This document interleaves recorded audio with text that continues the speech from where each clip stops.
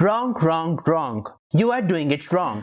In Adobe Illustrator, you can fill the editable text with any solid color from the Swatches panel, but you can't fill the gradient to the editable text. However, I got a solution for you. First, always make a copy of this text by holding the Alt key and dragging the type anywhere on this artboard, and then release your mouse. This way, you would be able to change the font anytime you want. Now, right-click on this type and choose Create Outlines. Shortcut key is Ctrl-Shift-O.